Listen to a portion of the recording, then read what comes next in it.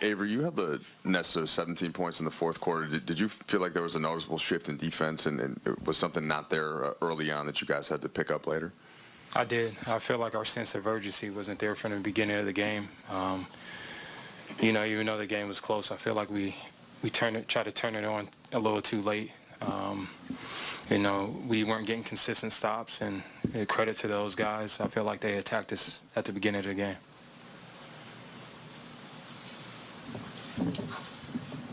Avery, just a little bit non-game related, but the night in general, coming in doing this as a post-game procedure, I'm just curious if what you think of so far, the ways your life has been changed even incrementally by the coronavirus. Yes, it's definitely, been some changes, but I think it's all part of being a professional, being able to adjust to anything, and, this is one of the things we have to adjust to. Avery, just kind of as a follow to that, this year, it started with China when you guys didn't know if games were going to be played. Obviously, after Kobe's tragic passing, you did have a game that was postponed, and now there's uncertainty about whether there'll be fans in the building going forward. When you're living this, are you aware of how surreal some of these moments have been and unprecedented in the NBA? For sure. We're human beings, but at the same time, there's going to be a lot of adversity throughout a season, throughout a year. And I feel like with the group of guys that they've been able to put together, we can stick together and we can get through anything. It's going to take all of us to make sure, we stick to our goal and we have each other's back. And I feel like we're doing a great job doing that. Avery, do you feel like your mindset offensively has been different over the last 6 weeks? A little more aggressive, maybe? It has. Not only myself, but I think all the supporting cast. We understand that we have to be ready and have confidence every single time we step on the floor with AD and LeBron. We make the game easier for them, and they make the game easier for us. And our way of making the game easy for them is having confidence and knock down every shot, every opportunity without hesitation. Frank used the phrase, he said that there was a high level of wanting to sort of validate this weekend by getting this win. When did you see that happening, and it seems like you agree with that. What makes you agree with that? I do. LeBron's going to come in here after me, but I'm sure he's going to say this was almost the most important game for us for the year. That was our approach, and it's just unfortunate that we weren't able to finish the job. Next up for the Lakers or the Rockets on Thursday. Game time is at 7:30 on TNT, but join us for pregame coverage at 6. And wins, and how did you think the game went from that perspective, just with energy and how it carried forward into that fourth quarter? I'm sorry, what was I expecting from? Just from an energy standpoint, coming off 2 big wins with this one coming in, you talk about trying to make sure guys are locked in. I thought there was a potential for a letdown. Obviously it was an emotional weekend with two heavyweights coming in here, and Brooklyn is not on their level, but they are a playoff team, and they've we've struggled with them a little bit, both in the preseason and in the first time we played these guys in Brooklyn. So we knew this is a dangerous opponent. Anytime you have a coaching change, the team's going to have a little bit of a spike, and I was concerned, but I thought our guys brought great effort, throughout the game. Played extremely hard. We didn't make shots, down the stretch and in the second half, but I was proud of at least our effort.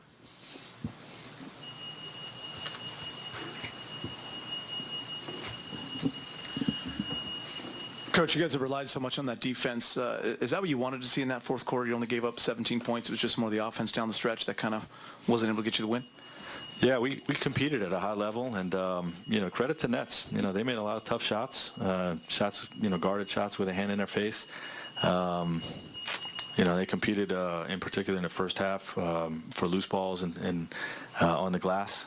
But I thought defensively down the stretch we did enough. Probably not enough in the first 3 quarters, and it's one of those games we just the ball didn't go in for us down the stretch. Was that an option for AD to hit that 3? Was that the play that you guys designed? Well, we put space around LeBron to go to the basket and he made the perfect read. Anthony just made 2 threes. Thought we had the game won, and again, fourth quarter, ball just didn't go in for us. That's what I was going to ask, so. Sorry about that, Tom. I'm sure I have something else eventually.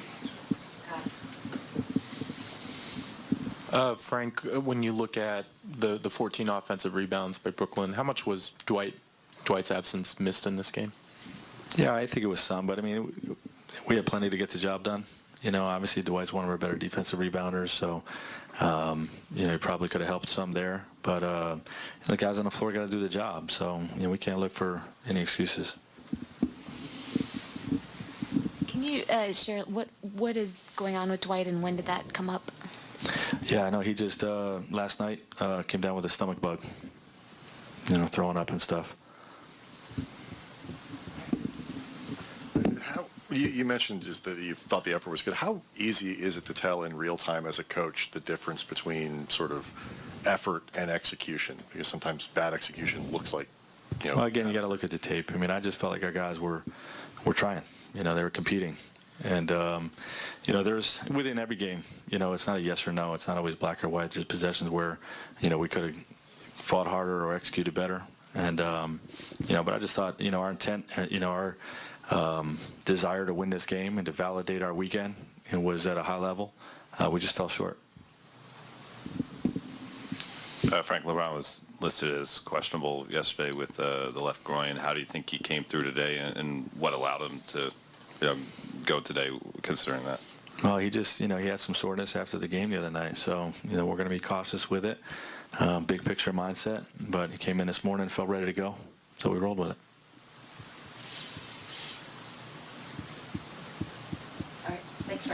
Spencer Dinwiddie, who is really a leader, a driving force for the Brooklyn Nets in his 4th season there. 23 points tonight, 7 of 17 from the field, to go along with 7 assists. Got to the free throw line 8 times, perfect from the charity stripe. But he's a guy that you said is from Los Angeles, California, and when he comes here, he wants to show up and show out. He did that tonight. Yeah, in pregame, we said, like, he lives for the big stage. And I knew that he wasn't be an opportunist in this moment. And this is a team that he grew up watching, always wanted to play for. And if you can't play for them, you know, you play against them, and you have to, you know, maximize that opportunity when you're on this stage. And he just put on, you know, an excellent display of this driving the basketball, as you touched on, Allie, distributing the basketball, and just, you know, being the ultimate leader out there in spite of, you know, not having the other guys out there in Kyrie and Kevin Durant. It's something to be said about a young player that recognizes the moment. You know, I think Brooklyn's still in the playoffs. I think they're, what, 6 or 7? Yep. They're still in the playoffs, but they're without some star players. And yet, you know, a player like this, Dinwiddie, who understands it's his time now, you know, whether he's auditioning for another team.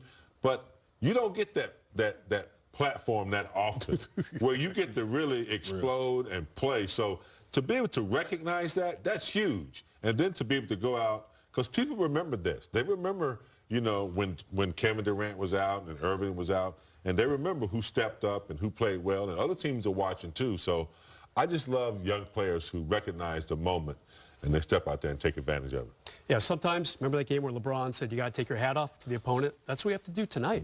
I mean, yeah, Brooklyn, 5 games under 500 coming into tonight. Sure, they're in the playoffs in the East, you know, in the lower half of the East there. But Kyrie Irving's done for the season.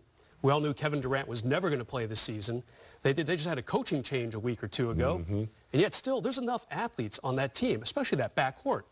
Dinwiddie and LeVert combining for 45 points. That's a pretty solid night for that team. They got the 2 centers, Allen and DeAndre Jordan, kind of tough guys who not afraid to bang down low, and that's a solid team if you really think about it. You ever seen a dog break a chain? They broke the chain, man. They're running free now, dog. The other thing, too, guys, is not that Spencer needed any extra motivation, but they did have that coaching change, and there were some thoughts out there that he was a part of that, and he took to social media. He was not happy.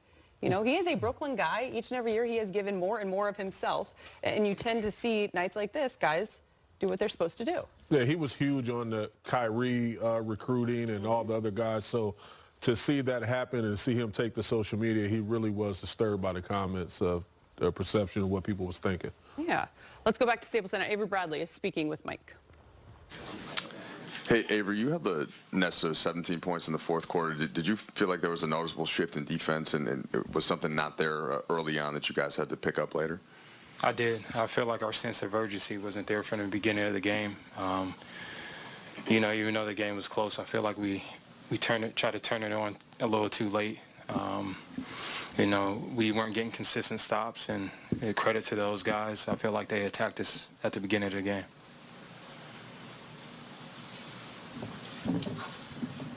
Avery, just a little bit non-game related, but the night in general, coming in doing this as a post-game procedure, I'm just curious if what you think of so far, the ways your life has been changed.